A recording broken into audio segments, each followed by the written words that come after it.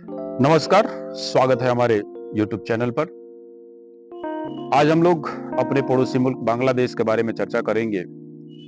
5 अगस्त के दिन जब बांग्लादेश में सुबह होती है, तो एक संकट की शुरुआत होती है। वहाँ के छात्र संगठनों ने प्रधानमंत्री आवास पर कब्जा करने की कोशिश किया। सेना जो है उन्हें रोकने से इनकार कर देती है और वहाँ के जो सेना प्रमुख हैं, उन्होंने 45 मिनट का समय जो है वो शेख हसीना जी को दिया कि अगर आप जिंदा रहना चाहती हैं, अगर आप अपने आप को बचाना चाहती हैं, तो 45 मिनट के अंदर आप देश जो है वो छोड़ करके जा सकती हैं।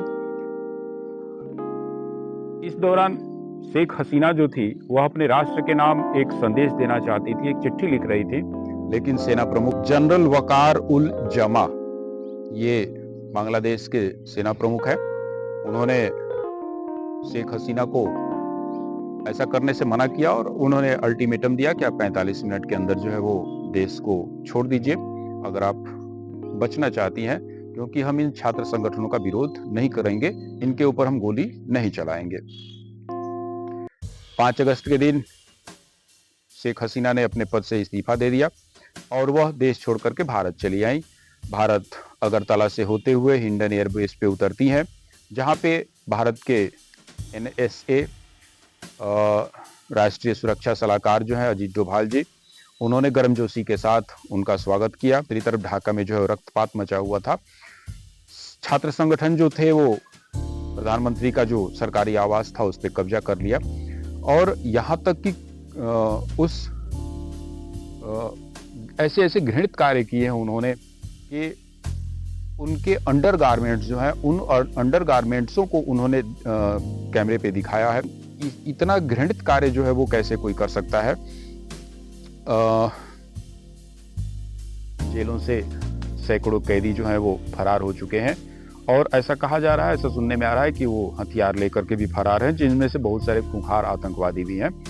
और यह खूंखार आतंकवादी कहीं ना कहीं भारत के लिए भी खतरा का विषय हो सकते हैं, क्योंकि ये शेख हसीना को भारत का पक्षधर मानते हैं और भारत को भी शेख हसीना का पक्षधर मानते हैं। और ऐसा सुनने में आ रहा है कि वहाँ पे हिंदू जो लोग अल्पसंख्यक लोग हैं, उनके घरों में तोड़फोड़ किया जा रहा है, मंदिरों में भी तोड़फोड़ किया जा रहा है। तो ढाका की सड़कों पे एक नारा लगाया जा रहा है, छी हसीना शर्म करो शर्म करो। लाखों की संख्या में जो जनता है वहाँ की सड़कों पे उतर चुकी है। हालांकि भारत की जो BSF है, बॉर्डर सिक्योरिटी फोर्स जो है वो भारत बांग्लादेश बॉर्डर पे, जो कि 4096 किलोमीटर का जो हमारा सीमा रेखा है, उस सीमा रेखा पे लगातार अपने मुस्तैदी के साथ जो है वो सुरक्षा कर रही है हमारे बॉर्डर की।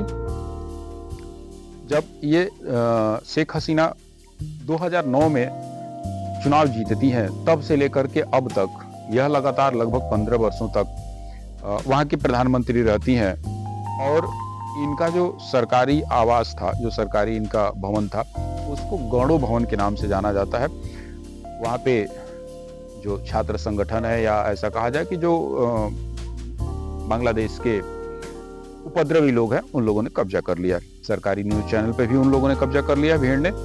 और ऐसा सुनने में आ रहा है कि जो बांग्लादेश का राष्ट्रपिता के नाम से जाने जाते हैं, मुजीबुर रहमान, जो कि शेख हसीना के पिता भी थे, उनकी मूर्तियां जो है वो तोड़ी जाती हैं, उनकी मूर्तियां गिराई जा रही हैं और उन मूर्तियों के साथ दुर्व्यवहार किया जा रहा है। तो ऐसा नहीं होना चाहिए। जिस व्यक्ति ने बांग्लादेश का निर्माण किया, जिस व्यक्ति ने बांग्लादेश के लिए अपनी जान तक दे दी, 1975 में उनकी हत्या कर दी जाती है। आज उनकी मूर्तियां जो है वो तोड़ी जा रही हैं। 15 वर्षों तक सत्ता में काबिज रहने के बाद छात्र संगठन जो है, वहाँ की जो जनता है, वह शेख हसीना से जवाब मांगती है कि आखिर इस बेरोजगारी का, इस भुखमरी का, इस गरीबी का, इस लाचारी का जो है वो जिम्मेवार कौन है, इसका जवाबदेह कौन है। अगर आपसे नहीं यह देश संभल रहा है तो आप इस देश के सर्वोच्च पद से जो है वो अपना इस्तीफा दे दीजिए। लेकिन शेख हसीना भी दूसरी तरफ वहाँ के लोगों को गद्दार कहने लगती हैं। ऐसा सुनने में आ रहा है या सूत्रों की जो मीडिया रिपोर्ट्स हैं, जो बड़े बड़े चैनलों पे दिखाया जा रहा है, तो उन्होंने वहाँ के लोगों को गद्दार कहना शुरू कर दिया और अपने को मुजीब का अनुयायी अपने को कहती हैं। भीड़ इस पे और भड़क जाती है और उन्होंने गुस्सा प्रकट किया। गुस्सा प्रकट करने का यह परिणाम हुआ कि शेख हसीना को अपना देश जो है वो छोड़ करके भागना पड़ा। तब विद्रोह और विकराल रूप धारण कर लेता है जब जमाते इस्लाम नामक कोई संगठन है, उस संगठन पे इन्होंने प्रतिबंध लगा दिया। ऐसा कहा जाता है कि शेख हसीना जो है वो भारत की जो नीतियां हैं, उन नीतियों का वो समर्थन करती हैं, जो कि वहाँ के कुछ संगठन जो थे, उन संगठनों को अच्छा नहीं लगता है और उन संगठनों ने शेख हसीना को ऐसा करने के लिए मजबूर कर दिया कि आप इस्तीफा दे दीजिए, नहीं तो आपकी जो है हत्या कर दी जाएगी। वहाँ की सेना के दो गुट हो जाते हैं। जो सेना का उच्च वर्ग है, सेना का जो अधिकारी वर्ग है, वो शेख हसीना के साथ होता है, लेकिन जो जूनियर वर्ग थे और जो पूर्व में रिटायर्ड जो भी अफसर रहे होंगे, उन लोगों ने शेख हसीना का विरोध किया और यह स्पष्ट कह दिया कि हम जब छात्र संगठन आपके आवास की तरफ कूच करेंगे, आपके आवास की तरफ जब वो लोग बढ़ेंगे तो हम लोग गोली नहीं चलाएंगे। और ऐसा करने से छात्र संगठनों का मन जो है वो और बढ़ जाता है कि हमारा जो समर्थन है वो सेना कर रही है। इस तरीके से वहाँ पे बांग्लादेश में उत्पात मचता है और वहाँ की गंभीर परिस्थितियाँ, वहाँ के जो ऐसे व्यक्ति जिनका कोई दोष न हो या ऐसे वहाँ पे ऐसे लोग भी हो सकते हैं कि जो इन सब चीज़ों से दूर रहना चाहते हैं, उन लोगों को भी इसमें परेशान होना पड़ा। आपके पड़ोसी मुल्क बांग्लादेश का जो पड़ोसी मुल्क है भारत, इसे भी परेशान होना पड़ा। अपनी सीमाएं जो है वो सुरक्षित करनी पड़ी। आतंकवादी जो है वो जेलों से छूटे हुए हैं, हथियार लूट करके भागे हुए हैं। तो कहीं ना कहीं भारत के लिए भी चिंता का विषय है और पूरे विश्व के लिए। एक चुनी हुई सरकार को अगर इस तरीके से आप विद्रोह करके या इस तरीके से आप बगावत करके चुनी हुई सरकार को हटाते हैं तो यह अच्छी बात नहीं है। यह पूरे विश्व के लिए, मानव सभ्यता के लिए एक गलत संदेश है। आपके पास अधिकार है, आपके पास मत का अधिकार है, आप मत दे करके उन्हें हटा सकते थे, लेकिन इस तरीके से उत्पात करना, जैसा कि टीवी चैनलों में दिखाया जा रहा है कि उनकी आवाज से, यहाँ तक कि उनके जो पालतू पशु हैं, उनके घरों के जो फर्नीचर हैं, उनके घरों के जो कपड़े हैं या इस तरीके के जो भी कुर्सी मेज जो भी होगा, वो सब लूट करके लोग ले जा रहे हैं। क्या ये विद्रोह का तरीका अच्छा है? नहीं, ये विद्रोह का तरीका अच्छा नहीं होना चाहिए।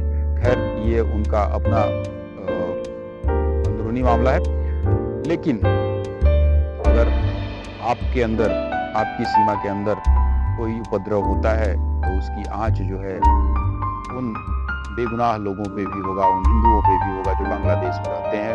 भारत की भी ये चिंता की बात है, पूरे विश्व के लिए चिंता की बात है। जो राष्ट्रीय स्तर के या जो अंतर्राष्ट्रीय स्तर के जो संगठन है, जो मानवाधिकार संगठन है, उनको इसमें हस्तक्षेप करना चाहिए कि यह जो उपद्रव हो रहा है वो अच्छी बात नहीं है। हम इस उपद्रव का समर्थन जो है वो नहीं करते हैं। हमारा चैनल जो है इसका विरोध करता है कि आप किसी चुनी हुई सरकार को इस तरीके से हटा नहीं सकते। वहाँ किसी को अपने लाभ के लिए या कुछ अपने फायदे के लिए या किसी पड़ोसी मुल्क के या किसी और देश के कहने में आप किसी देश में उथल पुथल नहीं मचा सकते। इसी के साथ हम कामना करेंगे कि हमारा पड़ोसी मुल्क बांग्लादेश जल्द से जल्द वहाँ पे स्थिरता है, ताकि हमारी सीमाएं जो हैं वो भी सुरक्षित रहें।